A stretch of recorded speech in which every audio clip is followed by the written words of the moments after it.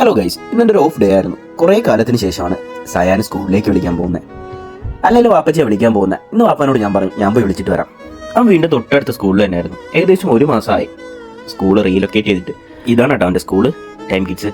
അവരൊട്ടും പ്രതീക്ഷിച്ചില്ല ഞാനാ വിളിക്കാൻ വരുന്നതെന്ന്. എന്നെ കണ്ടതും ചെക്കൻ അവിടെ നിന്നൊരു നോട്ടോ നോക്കി വെട്ടെന്നെടുത്ത് ചാടി. സയാൻ ചായ പിടിക്കാൻ പോകാമോ? പോവാം. സെറ്റ്. കേട്ടില്ല എന്തു പറഞ്ഞ? പോവാം.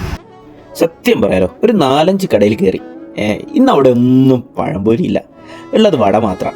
ചെക്കനൊന്ന് പറഞ്ഞതല്ലേ എന്ന് കരുതിയിട്ട് വിട്ട് പിടിച്ചു. പോണ വഴി എവിടെയാണോ അവിടെ നിർത്തണം സ്പോട്ട്. നോക്കി ഏകദേശം 1.5 കിലോമീറ്ററോളം മുന്നോട്ട് പോയി. പെട്ടെന്നൊരു ബോർഡ് കണ്ണിൽ പഴംപൊരിയും ബീഫ്. അൽഹംദുലില്ലാഹ് പെട്ടെന്ന് വണ്ടി സൈഡിലേക്ക് ഒതുക്കി. ഞങ്ങളൊരു സെറ്റ് പഴംപൊരിയും ബീഫും പറഞ്ഞു. ഒരമ്മയും മോനും നടത്തുന്ന തട്ടുകടയാണിത്. 60 രൂപയാണ് ഇവർ ചാർജ് ചെയ്യുന്നത്. നമ്മുടെ നാട്ടിൽ വാഴയ്ക്കപ്പം എന്നാ പറയുന്നത്, എന്നാൽ അങ്ങനെയല്ല. ഇവർ പല നാട്ടിൽ പല പേരാണുള്ളത്. ഏത്തയ്ക്ക അപ്പം, വാഴയ്ക്ക അപ്പം, പഴംപൊരി, വാഴയ്ക്ക ബജി, നേന്ത്രപ്പഴം കായ് അപ്പം, ബേക്കാച്ചി, അങ്ങനെ പല പേര്. ഞങ്ങൾ അതിൻ്റെ കൂടെ 2 കട്ടനും പറഞ്ഞു. സത്യം പറഞ്ഞാൽ അടിപൊളി ടേസ്റ്റ് ആയിരുന്നു. 60 രൂപയ്ക്ക് വേർത്താണ്. അത് മാത്രമല്ല മസ്റ്റ് ട്രൈ ആണ്. അടിപൊളിയാണ്.